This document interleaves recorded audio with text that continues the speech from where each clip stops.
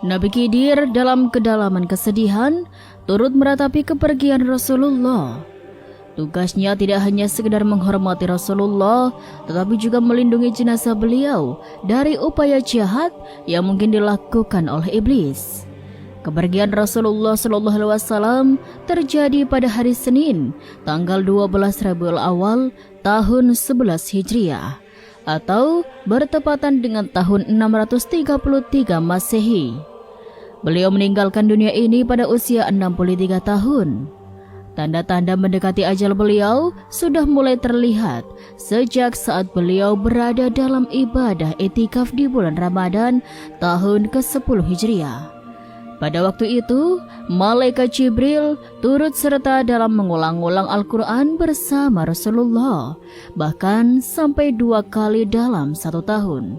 Kemudian, saat berada di Padang Arafah dalam perjalanan haji wada, beberapa pertanda lain muncul menandakan bahwa masa hidup Rasulullah di dunia ini tidak akan lama lagi.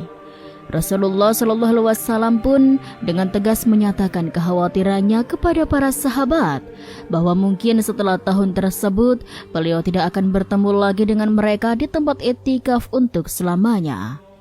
Rasulullah memberikan penegasan lebih lanjut saat berdiri di atas mimbar, menyatakan bahwa beliau adalah orang pertama yang akan meninggalkan dunia ini. Dan saat itu beliau sudah melihat liang kuburnya, serta kunci-kunci perbendaharaan bumi telah diserahkan kepadanya. Rasulullah menyampaikan bahwa beliau tidak khawatir akan umatnya terjerumus dalam penyembahan kepada selain Allah setelah kepergiannya. Tetapi beliau khawatir bahwa umatnya akan bersaing untuk mendapatkan kekayaan dan kekuasaan duniawi. Hadis ini diriwayatkan oleh Imam Bukhari dan Muslim sebagai bagian dari warisan ilmu pengetahuan yang ditinggalkan oleh Rasulullah SAW. Ibnu Mas'ud radhiyallahu anhu, seorang sahabat terkemuka Rasulullah SAW, menyampaikan pengalaman yang menggetarkan hati tentang momen mendekati kewafatan Rasulullah. Ketika saat-saat terakhir beliau semakin dekat, Rasulullah memilih untuk mengumpulkan para sahabatnya di rumah Aisyah radhiyallahu an, istri tercinta beliau. Ketika para sahabat berkumpul, mata Rasulullah berlinang air mata, menandakan kedalaman perasaan yang dirasakan beliau saat itu. Dalam momen yang penuh emosi itu, Rasulullah menyapa mereka dengan penuh kelembutan. Marhaban bikum. Semoga Allah memanjangkan umur kalian semua.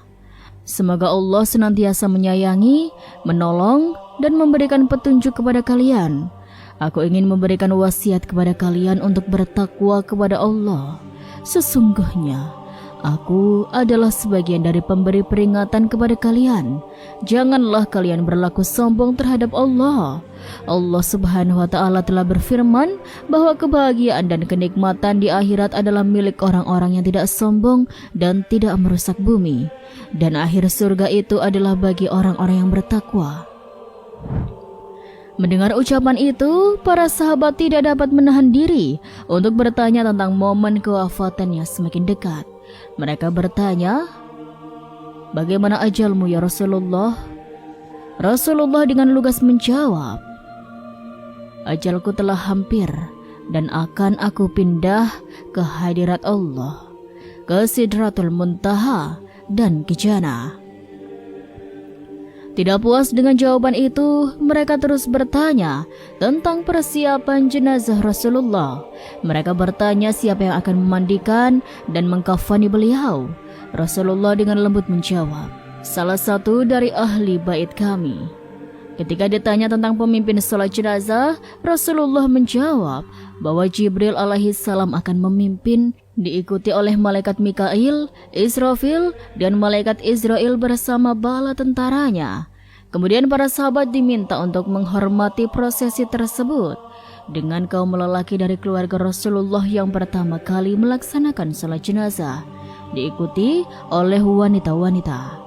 Dengan demikian, momen-momen terakhir Rasulullah tidak hanya menunjukkan ketabahan dan kepasrahan beliau kepada kehendak Allah, tetapi juga menggambarkan kedalaman cinta dan kasih sayang beliau terhadap umatnya, serta kebijaksanaan dalam memberikan instruksi terakhir kepada mereka. Setiap kata-kata beliau memberikan pelajaran yang berharga tentang keimanan, ketakwaan, dan kesiapan menghadapi akhir kehidupan di dunia ini. Dalam kitab Duratun Utsman, karya Utsman bin Hasan bin Ahmad Asy-Syakiri Al-Kubawi, diceritakan sebuah kejadian gaib yang terjadi setelah wafatnya Nabi Muhammad SAW. Saat itu, sahabat Ali radhiyallahu anhu menempatkan jenazah Rasulullah di atas dipan untuk dimandikan. Namun tiba-tiba terdengar suara gaib yang amat keras memenuhi sudut rumah, memberikan peringatan. Janganlah kalian memandikan Muhammad, karena dia adalah suci dan mensucikan. Sahabat Ali pun terguncang oleh suara tersebut. Dengan kebingungan, sahabat-sahabat yang hadir bertanya kepada suara gaib tersebut, "Siapa kamu?" Suara pertama menjawab, "Sungguh, Nabi telah menyuruh kami memandikan jenazahnya." Namun tanpa diduga muncul suara lain yang menyela, karena seruan suara yang pertama adalah buah dari kecemburuan iblis terhadap Nabi Muhammad yang bermaksud agar Rasulullah dimakamkan dalam keadaan tidak dimandikan. Mendengar ini, sahabat Ali bersyukur atas petunjuk yang diberikan oleh suara kedua. "Semoga Allah membalas kebaikan kepadamu, karena telah memberitahuku bahwa itu adalah buah dari tindakan iblis." Namun, kebingungan masih terjadi di antara para sahabat. Mereka bertanya lagi kepada suara yang kedua, "Siapakah kamu sebenarnya?" Suara kedua menjawab dengan penuh ketenangan, "Aku adalah Nabi Khidir dan aku hadir dalam momen wafatnya Nabi Muhammad SAW." Ternyata Nabi Khidir alaihissalam turut serta dalam memberikan penghormatan terakhir atas kepergian Rasulullah. Saat itulah iblis datang dengan tipu daya, berusaha membujuk para sahabat agar tidak memandikan jenazah Rasul. Namun atas petunjuk Nabi Khidir, sahabat Ali akhirnya mantap untuk melaksanakan tugasnya. Sahabat Ali memandikan jenazah Rasulullah dengan penuh kehormatan, sementara Alfa, Ibnu Abbas, dan As-Sama bin Zaid turut mengguyurkan air.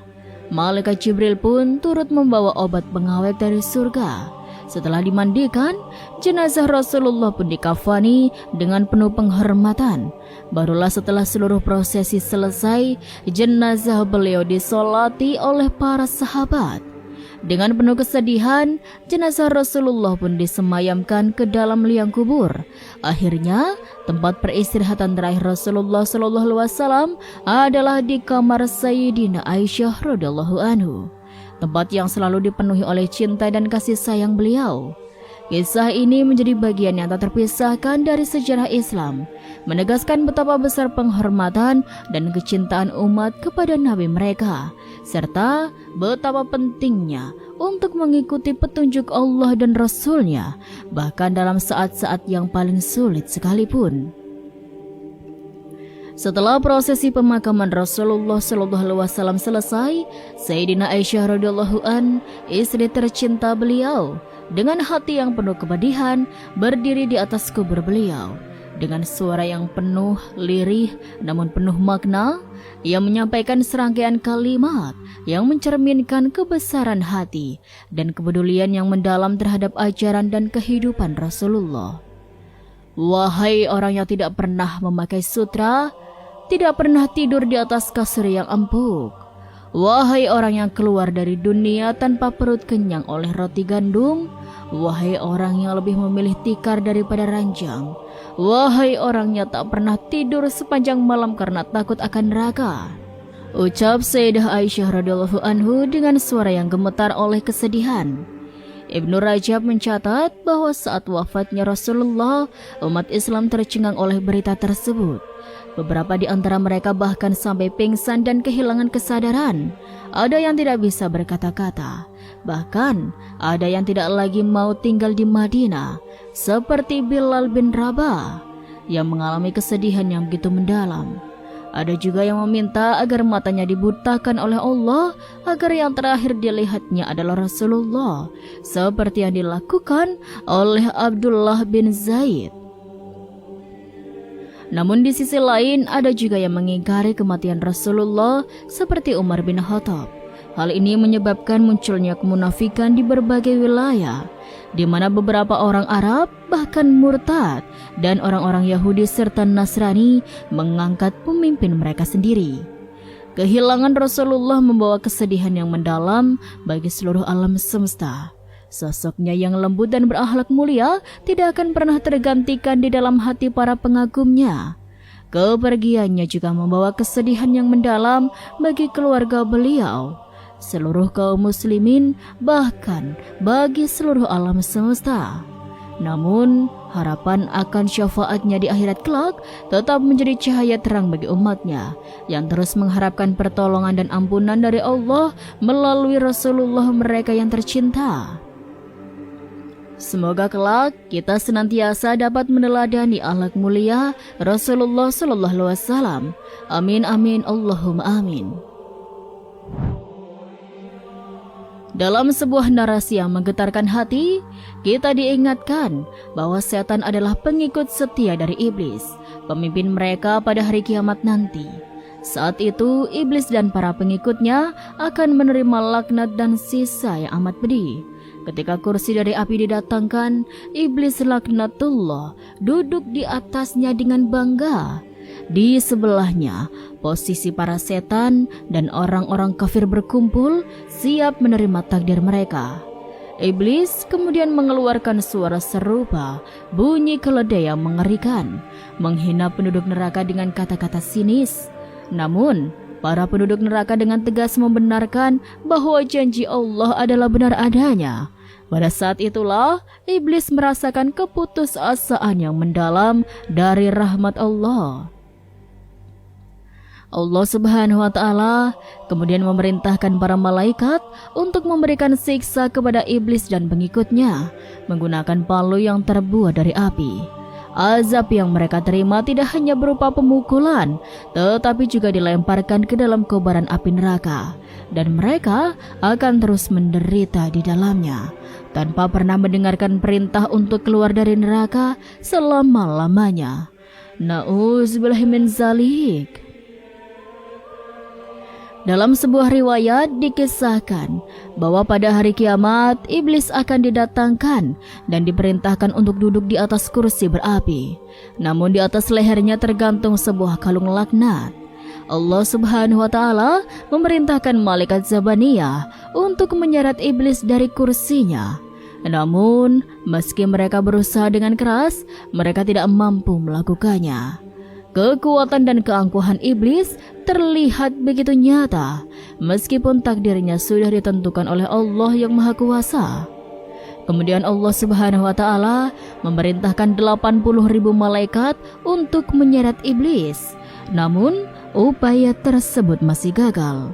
Bahkan ketika Israfil alaihi salam dan malaikat Israel alaihi salam masing-masing didampingi oleh 80.000 malaikat berusaha untuk melakukannya, tetapi iblis tetap tidak dapat dipindahkan. Allah Subhanahu wa Ta'ala kemudian berfirman kepada mereka, seandainya para malaikat yang jumlahnya berlipat ganda berkumpul untuk melakukan hal itu, sungguh mereka tidak akan kuat memindahkan iblis selama kalung laknat masih berada di lehernya. Hal ini menunjukkan bahwa iblis akan tetap berada di neraka dan tidak akan bisa bergerak dari tempatnya sesuai dengan takdir yang telah ditetapkan oleh Allah Subhanahu wa Ta'ala. Na'udzubillahi min zalik. Sebenarnya di dunia, iblis pernah merasakan penyesalan dan ingin bertobat.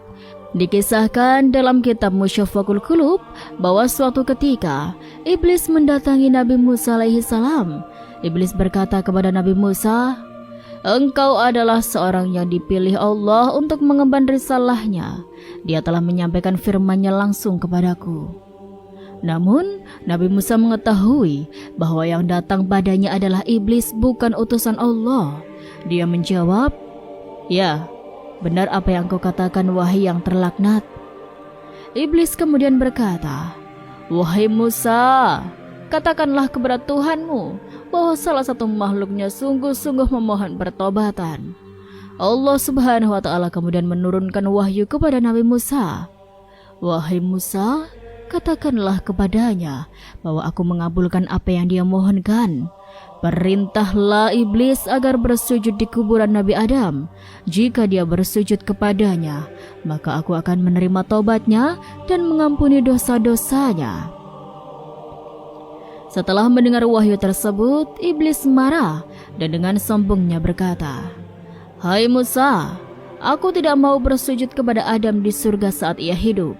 Bagaimana mungkin aku mau bersujud kepadanya saat ia sudah mati?" Begitulah sifat sombong dan pembangkangan iblis terhadap perintah Allah yang membuatnya terus terjerumus dalam dosa dan keingkaran. Oleh sebab itu, siksaan yang diterima oleh iblis semakin pedih ketika ia berada di neraka. Ketika dihadapkan dengan pertanyaan tentang bagaimana ia merasakan siksaan Allah, iblis dengan bangga menjawab bahwa siksaan tersebut adalah yang paling pedih yang pernah ada. Namun pada saat yang sama, ia tetap menolak untuk bersujud kepada Nabi Adam, meskipun itu adalah salah satu bentuk permohonan ampun kepada Allah. Akibatnya, siksaan yang ia terima menjadi 70 kali lipat lebih pedih dari sebelumnya. Bahkan lebih pedih daripada siksaan yang dialami oleh para penghuni neraka. Diriwayatkan bahwa Allah mengeluarkan iblis dari neraka setiap 100.000 tahun dan kemudian mengeluarkan Nabi Adam. Allah memerintah iblis untuk bersujud kepada Nabi Adam, namun iblis tetap enggan untuk melakukannya. Bahkan ketika ia diperintahkan untuk bersujud kepada Allah, ia pun menunjukkan kesombongannya dengan menolak untuk patuh. Hal ini menandakan bahwa iblis yang dulunya adalah hamba Allah yang taat telah jatuh dalam kesombongannya dan merasa lebih mulia daripada Nabi Adam. Akibatnya, ia diusir dari surga dan dilaknati oleh Allah Subhanahu wa Ta'ala. Jika iblis yang pada awalnya adalah hamba yang taat dapat dilaknati karena kesombongannya, maka bagaimana dengan manusia yang menolak untuk bersujud kepada Allah, Sang Pencipta dan Pemilik segalanya? Jika iblis yang menolak untuk bersujud kepada Nabi Adam alaihissalam dihukum oleh Allah, maka bagaimana dengan manusia yang menolak untuk bersujud kepadanya, Sang Pencipta semesta alam? Pertanyaan ini mengajukan refleksi mendalam tentang konsekuensi dari kesombongan dan penolakan terhadap perintah Allah. Dalam ajaran Islam, menyerah dan bersujud kepadanya adalah tanda ketaatan dan penghormatan yang paling mendasar bagi manusia sebagai makhluk ciptaannya. Oleh karena itu, penolakan terhadap perintahnya tidak akan luput dari konsekuensi yang sesuai dengan keadilannya. Wallahu a'lam bishawab. Itulah sobat sedikit kisah kali ini, kurang lebihnya Rizky mohon maaf dan sampai jumpa lagi di kisah-kisah selanjutnya ya sobat. Sekian dari Rizky, wassalamualaikum warahmatullahi wabarakatuh.